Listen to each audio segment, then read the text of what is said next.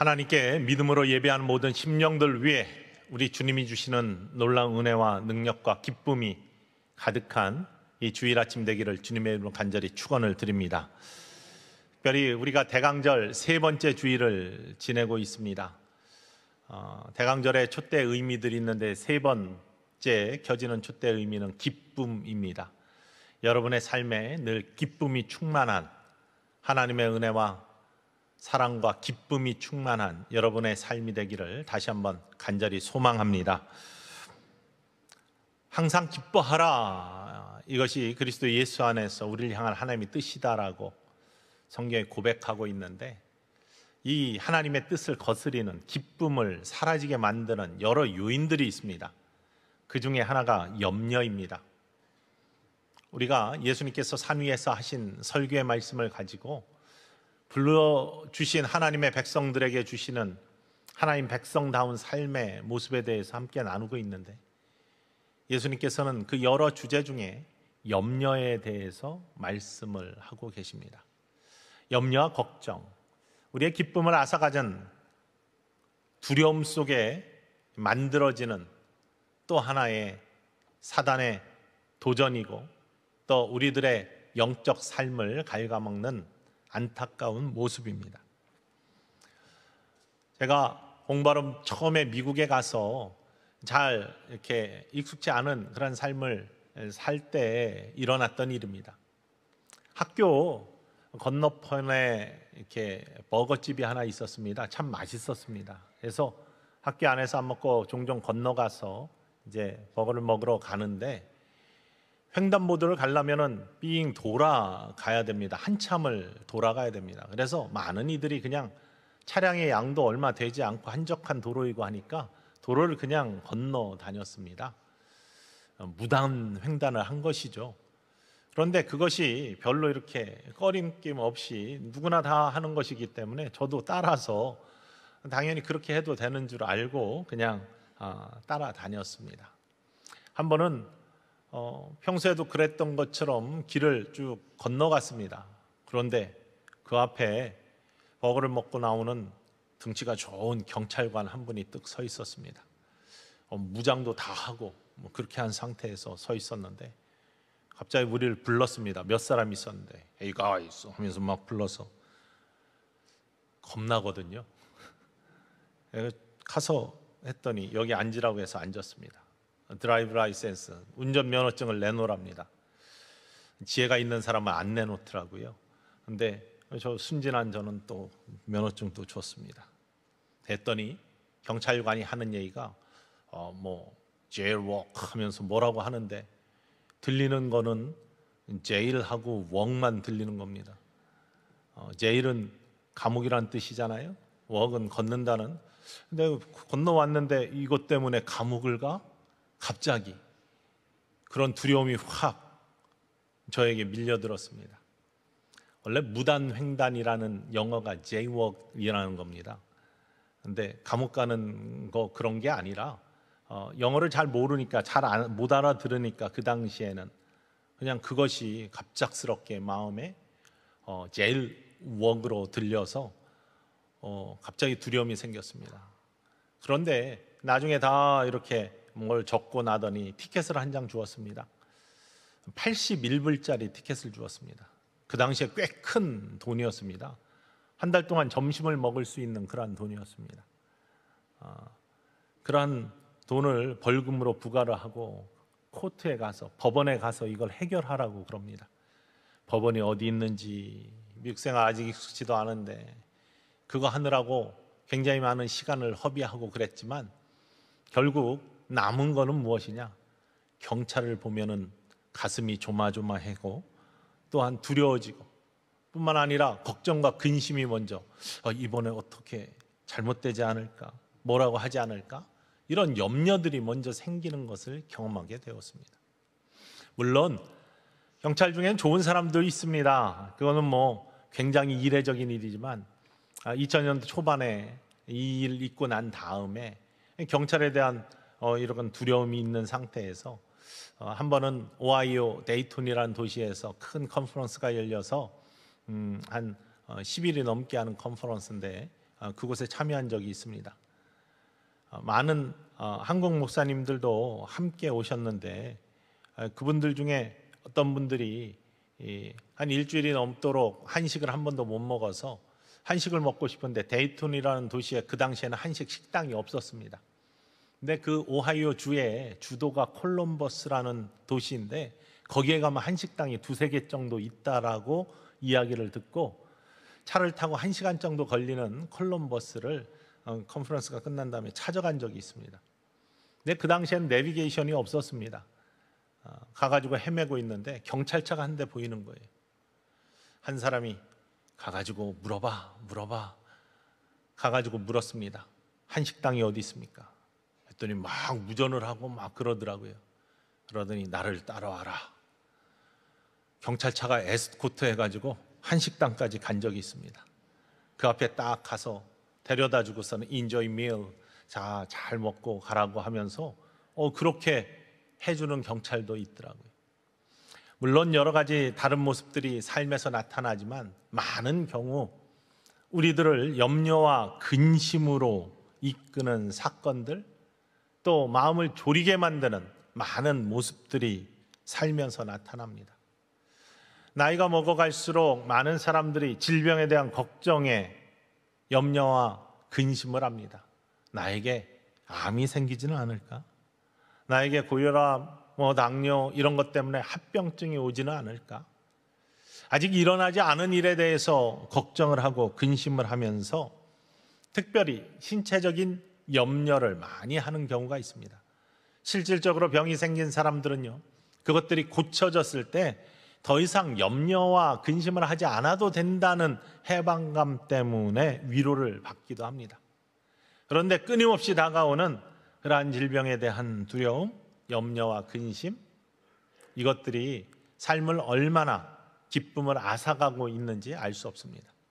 자녀들도 마찬가지죠. 특별히 사춘기 자녀를 둔 사람들은요, 이 아이들이 나쁜 길로 빠지진 않을까, 나쁜 친구는 만나지 않을까, 게임 중독에는 들어가지 않을까, 여러 가지 걱정을 하면서 자녀들을 바라볼 수밖에 없습니다.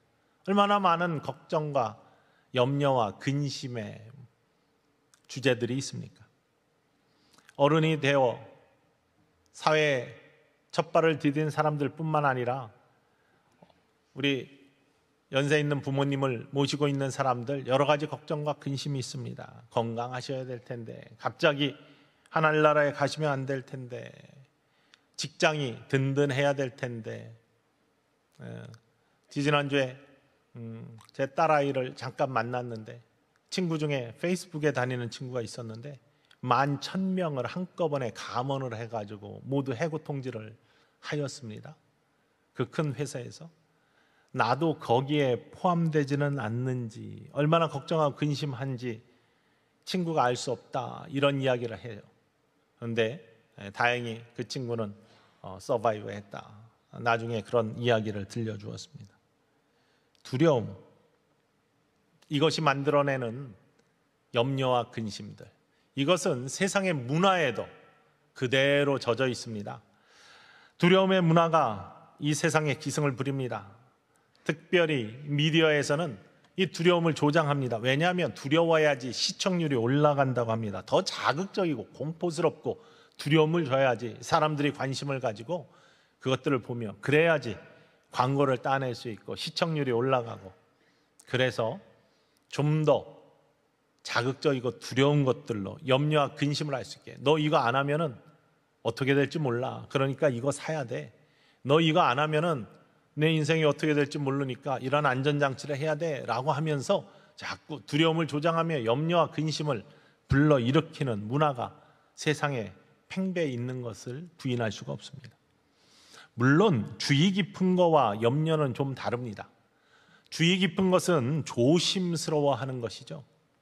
예를 들면 집에 나올 때 문단속을 잘 하는 거, 요즘처럼 겨울철에 특별히 새벽에 추워지면은 결빙될 수가 있죠. 그러면 미끄러워질 수가 있습니다. 걸을 때도 마찬가지고 운전할 때도 마찬가지고 조심해서 운전하고 걸을 때도 주의하면서 걸어야 되는 것, 이건 염려와 근심이 아니라 조심하는 것, 주의를 기울이는 것, 안전하게 하는 것, 이런 것입니다. 그러나 염려는 좀 다릅니다. 할 수 없는 것까지도 걱정하는 것이 염려입니다. 그래서 예수님께서는 오늘 본문 말씀에 너희가 염려함으로 어떻게 너의 키를 한 자라도 더할 수 있겠느냐라고 하시면서 할 수 없는 것에 대해서 염려하는 것에 예수님께서는 말씀을 하고 계십니다. 이 모든 것들이 산상수훈에서 나오는 여러 주제 중에 사단이 우리를 공격하는, 믿음을 방해하는 가장 큰 미끼, 두려움으로부터 나온다는 사실을 우리가 잘 알 수 있습니다. 염려와 걱정, 근심은요, 두려움의 뿌리를 두고 있습니다. 그런데 예수님께서는 오늘 말씀 속에서 이 염려를 다 너의 삶에서 버려버려라, 염려를 제거해라, 이렇게 말씀하십니다. 염려를 어떻게 버리고 살 수 있을까? 나는 늘 염려하며 살고 있는데, 걱정하며 살고 있는데. 세상의 잘못된 가르침, 반쪽짜리 가르침을 계속해서 각각의 주제마다 말씀드렸습니다. 염려에 대해서는요, 염려를 해야지만 더 나쁜 상황을 만들지 않을 수 있다라는 것이 세상의 가르침입니다. 우리가 너 염려해야 돼, 염려해야지만 더 나쁜 결과를 막을 수 있어. 적어도 염려를 했기 때문에, 그만큼 염려했기 때문에 더 안 좋은 상황을 막을 수 있었어, 이렇게. 그래서 스스로 위안하고 자책감을 풀어놓을 수 있고 자책감으로부터, 죄의식으로부터 해방될 수 있다라고 그렇게 우리를 오리엔테이션 시킨다는 겁니다. 그런데요, 예수님께서는 그렇지 않다라고 말씀하고 계십니다. 예수님께서는 오늘 본문 말씀에서 허영 다음으로 두 가지 주제를 가지고 염려와 근심에 대해서 말씀을 하고 계십니다. 마태복음 오늘 본문 6장 25절로부터 32절까지 말씀, 긴 말씀이지만 우리가 하나하나 짚으면서 읽어보았으면 좋겠습니다. 다시 한번 모두가 함께 읽습니다. 그러므로 내가 너희에게 이르노니 목숨을 위하여 무엇을 먹을까, 무엇을 마실까, 몸을 위하여 무엇을 입을까 염려하지 말라. 목숨이 음식보다 중하지 아니하며 몸이 의복보다 중하지 아니하냐. 공중의 새를 보라. 심지도 않고 거두지도 않고 창고에 모아들이지도 아니하되 너희 하늘 아버지께서 기르시나니 너희는 이것들보다 귀하지 아니하냐. 너희 중에 누가 염려함으로 그 키를 한 자라도 더할 수 있겠느냐. 또 너희가 어찌 의복을 위하여 염려하느냐. 들의 백합화가 어떻게 자라는가 생각하여 보라. 수고도 아니하고 길쌈도 아니하느니라. 그러나 내가 너희에게 말하노니 솔로몬의 모든 영광으로도 입은 것이 이 꽃 하나만 같지 못하였느니라. 오늘 있다가 내일 아궁이에 던져지는 들풀도 하나님이 이렇게 입히시거든 하물며 너희일까 보냐. 믿음이 작은 자들아. 그러므로 염려하여 이르기를 무엇을 먹을까, 무엇을 마실까, 무엇을 입을까 하지 말라. 이는 다 이방인들이 구하는 것이라. 너희 하늘 아버지께서 이 모든 것이 너희에게 있어야 할 줄을 아시느니라. 아멘. 예수님께서는 지금 예수님의 산 위에서 하시는 설교의 말씀을 듣는 제자들과 갈릴레의 백성들에게 이 말씀을 통해서 염려로부터 해방되기를 원하는 간절한 선포에, 하나님 나라의 백성이라면 적어도 염려와 걱정들을 제거해야 된다라고 선포하고 계십니다. 특별히 우리들은 먹을 거, 입을 거, 이것 때문에, 생존 때문에 적어도 염려와 걱정은 하고 있지 않습니다. 그러니까 오늘 먹을 한 끼 때문에 걱정하고 있지는 않습니다. 그러나 지금 설교를 듣고 있는 갈릴리 백성들은요, 그 당시에 참으로 가난했던 사람들입니다. 한 끼 때문에 걱정을 해야만 했던 사람들입니다. 속옷을 전당 잡힐 만큼 가난했던 사람들이 이 갈릴리의 백성들이었습니다. 이런 사람들에게, 먹을 것과 입을 것 가지고 걱정을 하고 있는 사람들에게 예수님께서는 먹을 거, 입을 거 가지고 걱정하지 말라라고 말씀하십니다. 어쩌면 오해할 수도 있습니다. 자, 하나님이 다 채워주실 테니까 이제부터 아무것도 하지 말고 가만히 있어. 너희들 하나님 백성이 되었으니 이제 하나님이 채워주실 거야. 가만히 있으면 하나님이 알아서 해주셔. 이렇게 말씀하시는 것으로 오해할 수 있습니다. 지금도 마찬가지입니다. 우리는 먹을 거 입을 거 한 끼의 걱정 때문에 염려와 걱정과 근심은 하고 있지 않지만 더 많이 갖고 더 많이 누리고 더 좋은 것을 얻기 위해서 염려와 근심 속에 있습니다. 그러면 그런 자들에게 예수님께서 지금 그러면 하나님 백성이 되었으니 믿음만 가지고 있으면 하나님이 내가 원하는 거 다 채워주실 테니까 노력도 하지 말고 아무것도 하지 말고 가만히 있어도 돼, 이렇게 예수님이 말씀하시는 것인가? 그렇지 않다는 것이죠. 예수님께서는 오늘 말씀을 통해 유대인들이 가지고 있던 기존의 사고방식을 반박하시면서 하나님의 백성들이 가져야 될 믿음의 태도에 대해서 선포하고 계시는 것입니다. 들의 풀, 꽃, 백합화 이런 것들을 얘기할 때 이스라엘 백성들은 가장 먼저 무엇을 떠올릴 것인가 라는 것을 생각해 보십시오. 이스라엘 백성들은요, 이전에 선지자들이, 특별히 구약의 예언자들이 선포했던 말씀들을 기억하고 있는 유대 하나님의 선택된 백성들이었습니다. 이사야 선지자가 이사야 40장 8절에 뭐라고 말씀하시는지 함께 읽어보겠습니다.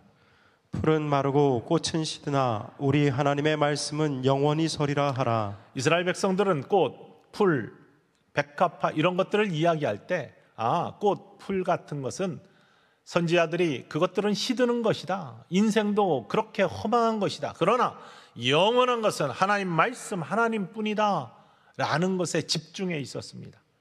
그러니 맨 처음에 풀, 꽃 이런 것들을 이야기하면 그거 허망한 것, 시드는 것, 아무것도 아닌 것, 이런 것들을 먼저 생각하게 됩니다. 그런데 예수님께서는 이 주변에 있는 풀, 꽃, 백합화 또 날아가는 새를 통해서 새로운 하나님 나라의 백성의 관점을 말씀하고 계십니다.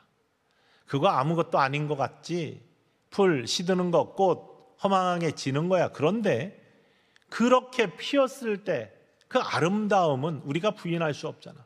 백합화를 봐봐. 솔로몬의 어떤 영화로보다 더 아름답게 입혀진 그 꽃, 물론 조금 있으면 시들 수밖에 없는 꽃이지만 피어 있을 때 그 아름다움은 하나님께서, 그 꽃이 아무것도 안 했지만 하나님께서 그렇게 입히시고 하나님께서 그렇게 아름답게 하셨는데, 하물며 시드는 꽃도 그렇게 하시는데 그 꽃보다, 그 풀보다 훨씬 더 존귀한 하나님의 형상으로 지으시고 또 잃었던 형상을 되찾게 하셔서 하나님의 백성으로 초대하시고 하나님의 나라의 영원한 생명까지 주시는 하나님의 은혜의 백성들, 그 존귀한 백성들, 귀하게 여기시고 사랑하는 백성들, 그 풀보다 꽃보다 100배나 1000배나 더 귀한 당신들을 하나님께서 귀히 여기시지 않겠습니까? 그러니 염려하지 마십시오 라고 예수님이 선포하고 계시는 겁니다. 새도 마찬가지입니다. 새는요, 아무것도 안 하고 있지 않습니다. 부지런히 움직입니다. 먹이를 물어다 새끼를 주고요, 곡식을 찾아 헤매입니다. 그런데 그 새들이 염려하면서 다니는 것 같지는 않습니다. 우리 사람들은 어떠한 많은 경우에 염려 속에서 무슨 일을 해요. 그런데 동물들을 보면은 염려하지는 않아요. 그러한 모습을 이야기하고 있습니다.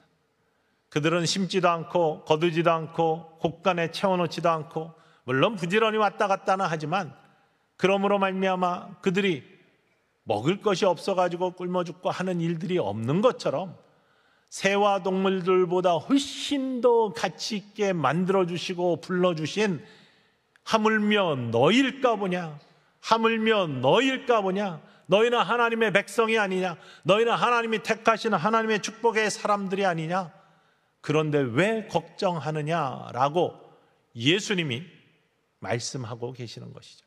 지금 우리에게도 똑같이 말씀하십니다. 우리가 들의 풀과 들의 백합화보다 못합니까? 하늘에 나는 새보다 못합니까? 하나님은 저와 여러분을 존귀하고 영광스러운 믿음의 관을 씌워주시고 오늘도 이렇게 하나님을 찬양하고 예배하는 예배의 자로 세워주셨습니다. 그만큼 사랑하시고 그만큼 귀히 여기신다는 증거인 줄 믿으시기를 원합니다. 그 하나님이 백합화도 입히시고 새들도 먹이시는데 우리일까 보냐, 우리는 그렇게 하지 않겠느냐라고 예수님이 말씀하십니다. 그러면서 맨 마지막에 마태복음 6장 33절, 모든 산상수훈의 중심에 서 있는 말씀이에요. 뭐라고 합니까? 함께 읽습니다. 그런즉 너희는 먼저 그의 나라와 그의 의를 구하라. 그리하면 이 모든 것을 너희에게 더하시리라. 먼저 그의 나라와 의를 구하라. 이것은요, 모든 주제와 주제들이 집중되어 있는 중심의 말씀입니다. 그 주제가 거짓이건, 그것이 탐욕이건, 그것이 허영이건, 그것이 오늘의 말씀처럼 염려와 걱정, 근심이건, 모든 뿌리가 두려움에 되어 있어요. 이 두려움으로부터 벗어나, 사단의 미끼로부터 벗어나는 우리들의 삶은 먼저 삶의 우선순위를 하나님 나라, 우리 하나님을 바라보는 믿음 위에 세우는 것이라고 예수님께서 우리에게 선포하고 계시는 거예요. 먼저 그의 나라와 의를 구하는 삶, 그리하면 모든 것들을 채워주시는데 우리는 그것을 놓치고 삶을 살고 있다. 세상을 바라보고 환경을 바라보고 사람을 바라보니 두려움이 몰려들고 염려와 걱정과 근심이 쌓이게 되어 있다. 먼저 구할 것이 뭐냐? 먼저 그의 나라와 의를 구하고, 먼저 우리는 하나님을 바라보고, 먼저 믿음 위에 굳건히 서는 삶이 이 모든 것들을 이기는 축복의 삶이라고 우리 주님이 우리의 심령을 두드리고 계신 것을 이 시간 믿으시기를 간절히 축원을 드립니다. 염려는요, 하나님 나라를 바라보는 것, 우선으로 바라보는 것을 방해하는 가장 안타까운 모습입니다. 하나님 나라를 먼저 구하지 못하게 하는 방해꾼입니다. 그래서 사도 바울은 그의 삶 속에서 언제나 염려와 걱정과 근심이 그에게 몰려들 때는 이것 대신에 하나님 나라를 먼저 바라볼 수 있는 믿음의 눈을 뜨고 먼저 그의 나라와 의를 구하기 위해 염려와 근심을 기도로 바꾸라고 우리에게 권하고 있습니다. 왜냐하면 그가 그런 삶을 살면서 염려와 근심을 이기는 믿음의 승리의 삶을 살았기 때문이에요. 그의 앞길은 알 수 없는 험난한 길이었습니다. 정말로 염려와 근심을 한다면 그만큼 염려와 근심이 있는 사람이 없었을 것입니다. 가는 대로 유대인이 쫓아다니면서 박해하고 죽이려고 하고 온갖 시험과 고난과 감옥살이와 수많은 매맞음이 있었던 그의 삶이었어요. 그러니 그의 삶의 염려와 근심이 끊어지지 아니하는 것은 당연한 일이에요. 그럼에도 불구하고 그의 삶에는 평안이 있었습니다. 승리가 있었습니다. 왜냐?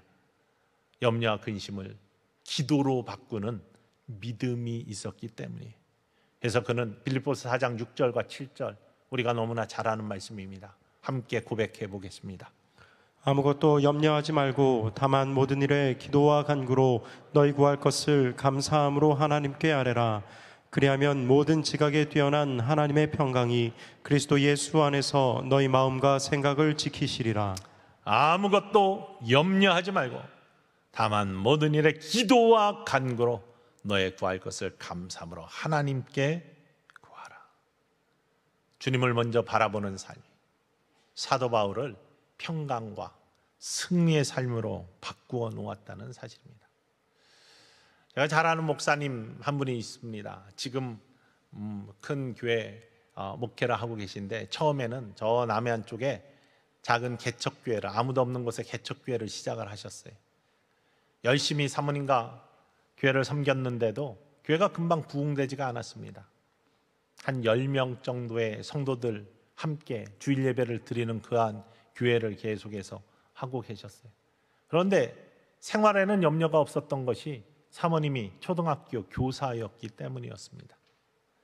그런데 교회를 생각하고 목회를 생각하자니 염려와 걱정이 됩니다. 부흥하지 않으니까. 그리고 하나님이 주신 귀한 사명들을 더 열심히 감당해야 되는데 사모님은 이제 직장 생활하고 목사님 혼자 이것들을 감당하기에 정말로 최선인가라는 그런 모습 속에 늘 미래에 대한 염려와 근심이 자리했다고 합니다. 이 유기성 목사님이 쓴 예수님의 사람이라는데 예화로도 나오는 이야기인데 제가 목사님 사모님께 직접 들은 간증의 이야기이기도 합니다. 그런데 사모님이 기도를 하면서 생각해 보니 내가 이 일을 계속함으로 말미암아 생활에 염려와 근심은 없지만 하나님이 꿈꾸시는 하나님 나라와 하나님의 복된 길을 가는데 과연 이것이 맞는지에 대해서 자꾸 마음속에 거룩한 부담감이 생기더랍니다. 그러면서 본인이 결단을 하길, 주님 앞에 기도하기를, 주님, 내가 이 교사의 삶을 마감하고 목회, 우리 목사님과 이 사모님도 굉장히 목사님만큼 영성이 뛰어나시고 열성이 있는 분인데 내가 같이 목회를 하겠습니다 라고 하면서 교사직을 관두기로 하나님 앞에 약속을 하고 사표를 던졌어요. 이제 그 학기가 끝나면 교사를 관두고 목회에 전념을 해야 됩니다. 그렇게 하고 났더니 또한 걱정이 되는 것이, 염려와 근심이 되는 것이, 앞으로 그러면 어떻게 살지? 교인이 10명도 안 되는데 이 교회에서 우리가 어떻게 생활을 하지? 이런 걱정이 되더랍니다. 그런데 그 걱정과 근심을 기도하면서 왜냐하면 하나님의 말씀 그대로 아무것도 염려하지 말고 다만 모든 일에 기도와 간구로 이 말씀 붙들고 기도하면서 바로 서기를 원했대. 그 마을에, 작은 마을인데요, 의사 선생님 한 분이 이렇게 오셨답니다. 근데 이분이 크리스찬인데, 크리스찬이 한 분이 왔다는 소문이 나니까 작은 마을이라 어디로 가는지 모든 교회들이 초미의 관심사입니다. 근데 그 마을의 가장 큰 교회는 장로교였대요. 근데 이분이 가족이 오기 전에 먼저 와서 한 2, 3주 그 장로교회, 가장 큰 교회를 출석했다는 소문이 다 돌아서 다른 분들은 이렇게 우리 교회로 왔으면 좋겠는데 이런 마음들을 갖고 계셨다는 거죠. 그런데 이제 거기로 가는구나 하고 그렇게 다른 목사님들은 이렇게 좀 실망하고 있는데, 이 의사 선생님의 집사님이셨는데 자녀들이 마침 이 사모님이 아직 이제 학기가 끝나지 않아서 근무하고 계시는 그 학교로 전학을 왔고 사모님 반으로 배정이 되었대요. 그래서 부모님하고 아이하고 같이 상담을 하게 되었답니다. 상담을 하면서 이 사모님이 우리 남편도 목사인데, 감리교 목사인데 이렇게 목회를, 개척교회를 하고 있습니다. 오셨으니까 한번 예배라도 참석해 주시면 좋겠네요 라고 그렇게 권했답니다. 이 전하고는 담임 선생님, 남편이 목사님이라고 하고 한번 예배를 드려달라니까 이분이 그렇게 하겠다고 하고 약속을 했는데 수요일 저녁 예배 오기로 약속을 했답니다. 이 목사님이 이제 예배를 잘 준비해가지고 이분을 좀 감동시켜서 우리 교회로 오게 하면 좋겠다 이런 생각을 품으셨대요. 그래서 막 설교 준비도 열심히 하고 예배 기도도 열심히 하시면서 준비를 해가지고 그날 준비 찬양부터 시작해서 막 성령 충만하게 7시 반에 예배 시작하는데 뜨겁게 찬양을 했답니다. 주일날 10명이 안 모이는 교회 수요일날 얼마나 모였겠습니까? 한 5, 6명 모여서 함께 있는데 7시 반이 돼도 이분이 안 오더라요. 준비 찬양을 더 해야 되겠다, 이분이 좀 늦으신가 보다, 또 열심히. 그래서 8시까지 준비 찬양을 했대요. 30분이나 더. 그런데도 안 오시더라요. 그냥 담임 선생님이 될 사람이 그렇게 얘기하니까 체면치레로 얘기했나 보다, 그냥 말아야 되겠다. 8시에 예배를 시작하고 설교를 조금 시작하는데 삐걱하고 문을 열고 누가 들어오는데 그분들이 들어오더래요. 나중에 예배 끝나고 물어보니까 교회를 찾을 수가 없어서, 그 개척교회 얼마나 어디에 있는지 알 수 없어서 헤매다가 그렇게 늦었다고 하더랍니다. 그런데요, 예배를 잘 마치고 그래서 그래도 오셨으니 감사하다 하고 그냥 끝났대요. 전혀 또다시 우리 교회 오시리라 얼마 모여있지 않은 작은 초라한 교회에 그분들이 와서 그냥 예배 드리는 거 보고, 그것도 늦게, 그러니 별 기대를 안 하고 헤어졌답니다. 그런데요, 주일날이 되었는데 주일 예배에 이분들이 나타났더래요. 예배를 잘 드리고 나서 이분이 목사님에게, 목사님, 우리 이 교회에서 신앙생활 해도 되겠습니까? 라고 이렇게 묻더래요. 이 목사님이 얼마나 가슴이 떨렸는지 알 수 없대요. 내가 우리 교회에서 신앙생활 같이 합시다 라고 권해도 부족할 터인데 그 집사님이 먼저 허락을 구하니 얼마나 감사한지 무조건 당연히 되지요, 할렐루야 땡큐 하면서 무조건 오시라고. 그런데요, 그것이 돌아보니 하나님의 기도의 응답이었다는 것이죠. 생활을 염려하면서 학교를 관둔다는 사모님이 이 모든 염려를 하나님께 먼저 맡기고 하나님 사랑하시는 교회를 세우기에 내가 모든 것들을 주님께 맡깁니다 라고 기도하였던 그 기도, 나중에 이분이 첫 헌금을 하셨는데요, 사모님이 받으시던 월급의 양만큼 헌금이 교회에 들어와서 생활에 전혀 문제가 안 되는 놀라운 하나님의 역사를 경험하며 교회가 부흥하기 시작하는데 정말로 크게 부흥한 축복의 교회가 되었다는 간증을 제가 들으면서 얼마나 은혜를 받았는지 알 수 없습니다. 여러분, 염려하지 마십시오. 왜냐하면요, 우리는 질그릇같이 깨어지고 쉬워서 때로는 쉽게 염려하고 하나님의 말씀에 아무것도 염려하지 말고 다만 모든 일에 기도와 간구로 이렇게 우리를 권하고 있어도 때로는 기도와 간구 대신 염려하는 삶을 사는 깨어지는 질그릇 같은 삶을 살아도 사도 바울이 고백하는 것처럼 그 질그릇 같은 우리 안에 굉장히 보배로운 보배 같은 예수 그리스도의 영이 담겨 있다는 사실, 우리 안에 주님이 함께 하신다는 사실입니다.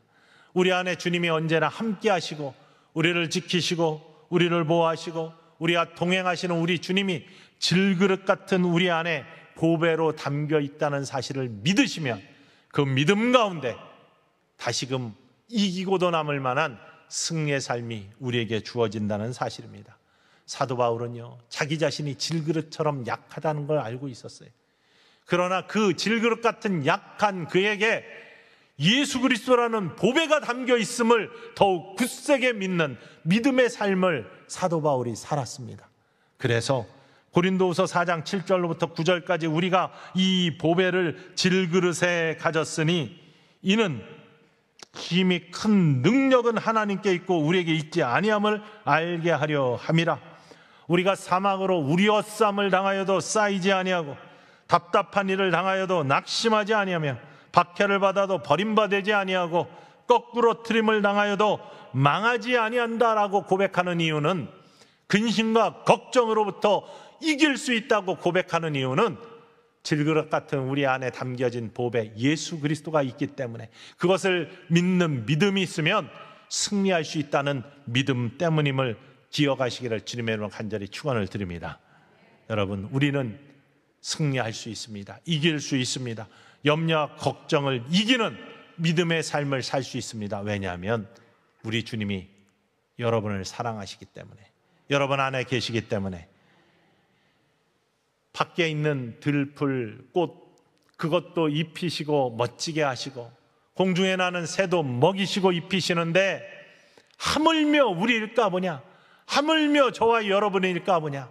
하나님이 사랑하시고 하나님이 귀하게 여기시고 하나님이 구원하시고 하나님의 천국의 백성 삼으신 저와 여러분은 염려와 걱정하지 않고 살 수 있는 하나님의 자녀임을 이 아침에 다시 한번 고백하시며 승리의 삶으로 나아가는 축복의 사람들 모두 되시기를 주님의 이름으로 간절히 축원을 드립니다.